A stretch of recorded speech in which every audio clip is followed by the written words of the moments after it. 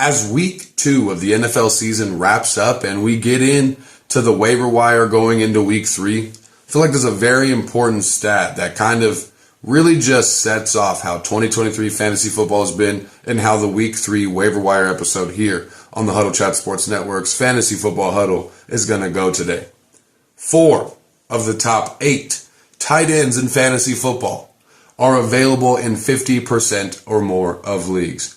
What's happening, baby? I'm your host, as always, Dallas Clark. Thanks for tuning into the Fantasy Football Huddle. Like I said, today we're talking about the waiver wire. We're getting into those big pickups that you need to make this week. Some of them you can hopefully wait on and pick up in the morning without losing your waiver priority. And some of us have number 1 waiver wires, top 5 waiver wire priorities this week. And we need to make an adjustment. Whether you're 2-0 or whether you're 0-2 or whether you're right there in the middle, the job's not done, the season's not over. So come back to reality and let's start talking about the waiver wire. So fill up your cup, roll something up, and let's get right into week 3's waiver wire craziness. Now, we're going into the quarterbacks first and foremost, as we always do. Talking about quarterback Sam Howell from the Washington Commanders. Right now, he's rostered in 20% of leagues, making him available in 80% of leagues. He had yet another good game this week in week 2, and that was on the road in Denver against one of the better defenses in the league. He makes good throws, he has good mobility, and he has good weapons on this offense. He's shown great chemistry already with Eric Bieniemy, the new offensive coordinator, and I think you need to go out right now, put in that waiver wire request for Sam Howell, especially with how up and down these elite quarterbacks have been this season, and go ahead and get ahead of the party, get ahead of the rush to grab this year's Geno Smith, which is quarterback Sam Howell from the Washington Commanders. Moving on to the running backs in the league, but before we do, I got to ask you a question. Yeah. You right there. Have you checked down below and made sure that you like the content if you do like the video? And have you also checked to make sure you're subscribed to the channel with the notifications bell on so you know when all of the new episodes are coming out? We're almost at 100 subscribers here on the new channel, and I can almost give away some of this badass Danklyfe clothing brand gear that we have here. But anyway, let's get into the running backs like I said.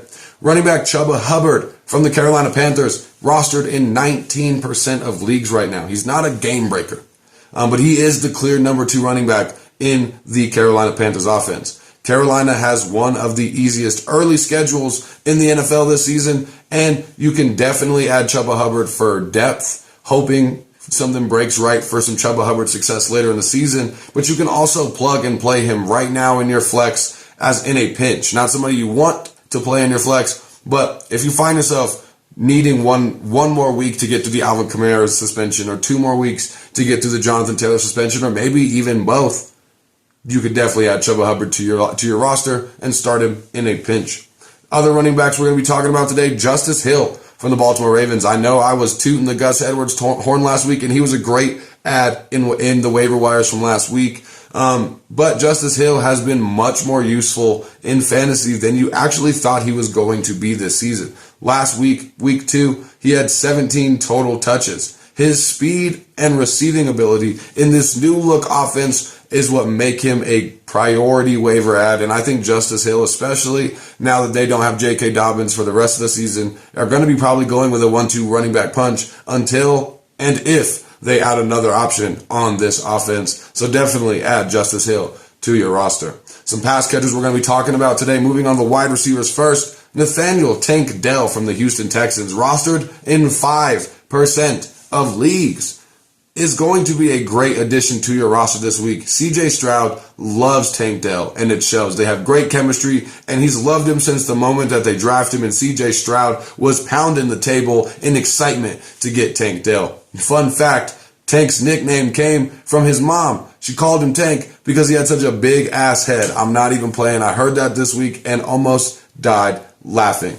But Tank Dell, big head and all, led the team with 21% target share this week, turned it into 72 yards and a touchdown. He could definitely evolve into a weekly wide receiver 3 flexibility option player for you, and definitely give Nico Collins a run for his money for the number 1 wide receiver role in the Houston Texans offense. The other wide receiver we're going to be talking about today is going to be Josh Reynolds from the Detroit Lions. He played really good. He was poised in the first 2 games. Week 1, he led the team in receiving yards. Week 2, threw up 2 touchdowns. He's the number 2 wide receiver in this offense, and he's definitely going to be a matchup-based flex option with flex appeal. You're not going to, must start him. You're not going to set it and forget him. It's definitely matchup based, but Josh Reynolds has a lot of good upside this season that I would love to have on my bench. Rounding off this video with the tight ends, as we said at the beginning, 4 of the top 8 tight ends available. 4 of the top 8 tight ends this year so far are available in 50% or more of leagues. 2 of them I'm talking about today are Luke Musgrave from the Green Bay Packers. We've talked about him on previous episodes. He's only rostered in 25% of leagues. He got 88% of the snaps last week, 96% route participation, which means of the 88% of snaps that he played on, he was running a route on 96% of them. And he has a 14% target share on that 96% route participation. That's tight end 1 type usage. He has less than 25 passing attempts total from Jordan Love in both of the last 2 weeks. Do not start Luke Musgrave this week. New Orleans is a matchup nightmare for tight ends. Stay away from Luke Musgrave this week, but he's a good stash. Somebody else that I'd like to add to my roster in the tight end position is going to be Juwan Johnson from the New Orleans Saints. Similarly to Luke Musgrave, he's got that tight end 1 type usage. 73% route participation, 15.2% target share. Derek Carr has spiked the Saints pass catchers. The Saints offense has shown them a nice uptick and has shown them better efficiency than they've seen in previous years. He's definitely, talking about Juwan Johnson, a stream-worthy tight end and the last player on the list today. So that's going to do it for week 3's waiver wire hunt after week 2 ends before we get into week 3. Thank you all so much for tuning in today. We got bold predictions. We got trade talk coming. We got stardoms and sit-ems this week. So make sure your notifications bell is on so you always know when all that content comes around the corner. And thank you all so much. As always, keep your chin up and your attitude down. I'll see y'all next time. Holla.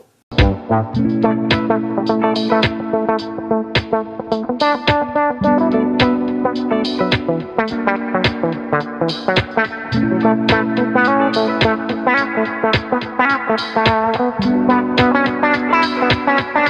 you.